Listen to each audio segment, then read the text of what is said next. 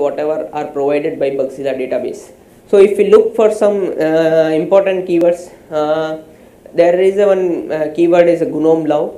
So these are the bugs which are like minor bugs or easy to fix bugs. So when you are doing triaging, if you feel that that bug is really very easy to fix bug, it should be marked as a GNOME Love.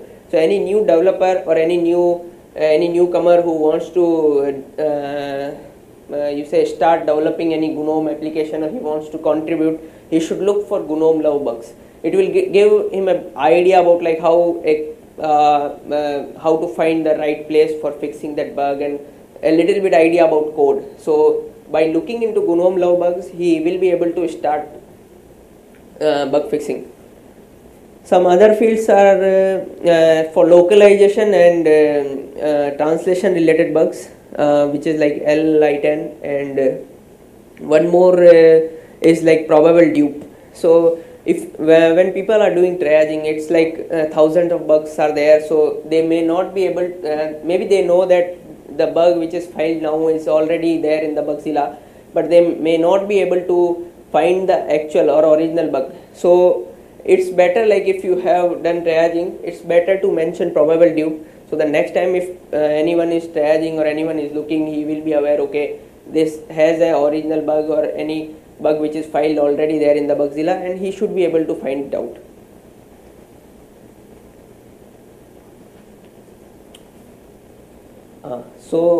Keyword, and now we will move to whiteboard. So the difference between keyboard and whiteboard is like keyboard are already defined in Bugzilla database, and whiteboard you can mention as per your convenience and what do you feel which will be good enough when do you search next time. So I will just take example of evolution, where like we were using the whiteboard status, but after like Matthew joined as a evolution team, so he started maintaining all the bugs as a whiteboard status. So what it helps is like as a evolution, if we see in the component in the Bugzilla database, there will be like mailer, calendar, or contact. Those will be defined in Bugzilla. But if you want to more categorize, if you want to redefine all the bugs, and it will be like easy for any developer to look into any specific field, or if you want to look for any specific bug, then it will be easy to search for that. So whiteboard we are using heavily. So just for example, like if you are composing any mail and in that composer there are any problem or any bugs related to that, we will tag whiteboard status as a evolution composer. Same way, like evolution has support for netbook. So in the netbook you can use evolution, and it has like a different version express. So all the netbook related bugs which are like which are coming from netbook users or the people who are using the netbook version, we tag them as a evolution express. So next time, like if you want to look for only netbook specific bugs, or any developer is coming up and he wants to fix all the netbook related bugs, he will just go to evolution express and he can easily find all the bugs and the bug list, and he can fix those bugs. This is the URL like where you can see all the whiteboard which we are using in evolution.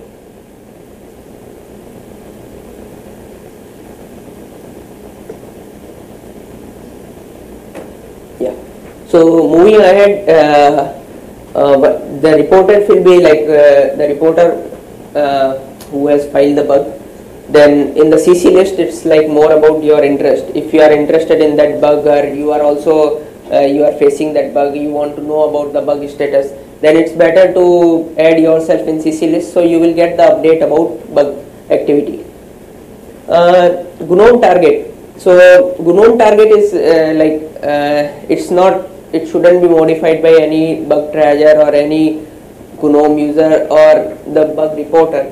It's basically for a release team. So whenever release team is going for any major release, like GNOME releases in every 6 months, so before releasing they can look for all the bugs which are marked for GNOME target, or they will mark bugs for GNOME target, so that when we are releasing we have better idea like how many bugs are there which should be fixed before releasing that product, before releasing the GNOME. So we have to delay that GNOME release, but it will be better to fix those critical bugs before many users face them and they have a problem with that.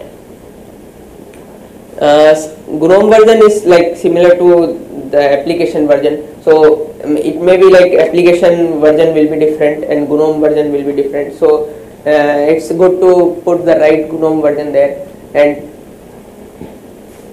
yeah, apart from that, if user wants to attach any stack trace or any attachment, he has an attachment field there.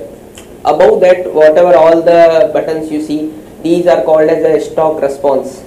So basically what the stock response is, these responses are already entered in Bugzilla database. So if any new triager is coming, or anyone who doesn't have like maybe it's like you can add some Wagyu command, instead of that we have some standardized comments which are used by everyone. So when you click on these stock responses, it will automatically generate the string which is useful, which have all the information which any reporter or any other person should look for. If you see, like the first is need stack trace. So any bug which is filed and which has a crash and doesn't have a stack trace, so the first comment will be need stack trace, because any crash can be fixed only after we have a stack trace for that crash. It can be possible like the user has provided a stack trace but he doesn't have debug info symbols, debug info RP or debug info packages installed, so he won't get the proper traces there. So for in that condition we will use the bad stack trace stock response. So in that it will mention that you have provided the stack trace but it doesn't have a debug info packages installed. So in that comment it will give the link also from where he can go and he can install the debug info RPM. So next time if he get the crash, he will have a better idea about how to install the debug info packages and to get proper traces. So some other fields are also there, as I defined, like if it's a GNOME bug or not. So the Mozilla is also available. So if it's a Mozilla related bug, you can just click on Mozilla. So it will have Mozilla Bugzilla URL and reporter can refer to the Mozilla Bugzilla. Yeah. So this is in the bug triaging. Basically, these all are the fields which people should take care. And while doing the triaging, you need to look into all these fields to make a bug as a like proper bug where any developer or anyone comes and he can find, okay, the information is available, he just need and he just need to fix that bug, no other information is required.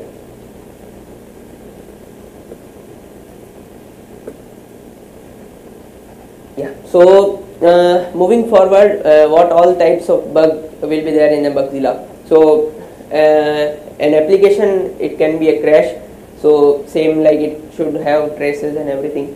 The other bug could be functional failure, when any function is not working or it's not behaving what the user is expecting, then it will be a functional failure feature. Many times user feel, okay, this application is not working as he wants, or it doesn't suit in his workflow, then he may have some request which will come as a feature request and should be filed as an announcement request. Usability, it will be like it's not easy to find that menu, or it's like the error messages which user is getting doesn't have proper string. So he wants that to be modified so that he can get proper idea what the actual problem is. Regression, the feature or the module which was working perfectly in the last release, it's not working in the current one. So those bugs will be tagged as a regression bug. Apart from these bugs, we get the translation bugs, we get security bugs, some other distro specific bugs which are maybe like not common to GNOME, but maybe due to some packaging or some other issue, those are specific to distro.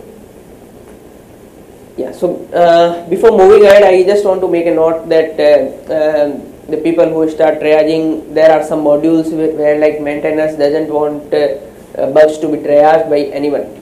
Anyone in the sense like maybe people are not aware that what the correct process is, maybe the bug has information which maintainer feel, okay, he can fix the bug, from outside maybe you feel that that information is not enough. So there are some modules like I have listed down GNOME, Panel, VT, Pango, where it's better to skip those bugs so that maintainer can decide like whether this bug should be moved, whether this bug should be closed, or whether it has enough information or not.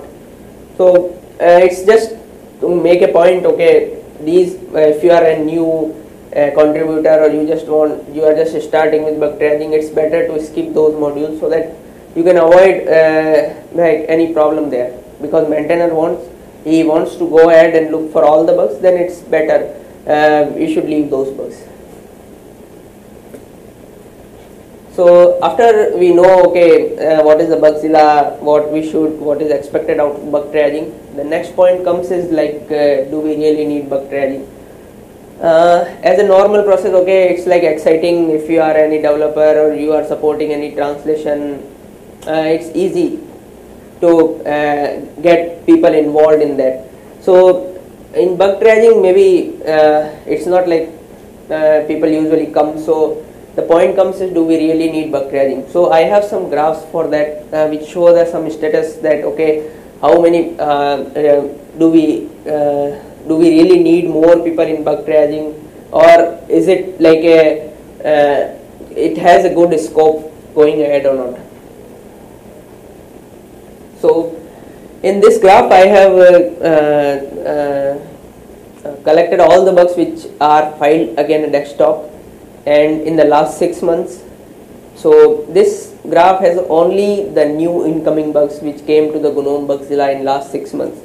So if you see, it's like almost 8,000 bugs were filed in last 6 months, and that is against only desktop. We have some other as a binding and others and libraries. Some other fields are also there in Bugzilla. So these bugs are only related to desktop. So in desktop itself, there are 8,000 bugs which are filed.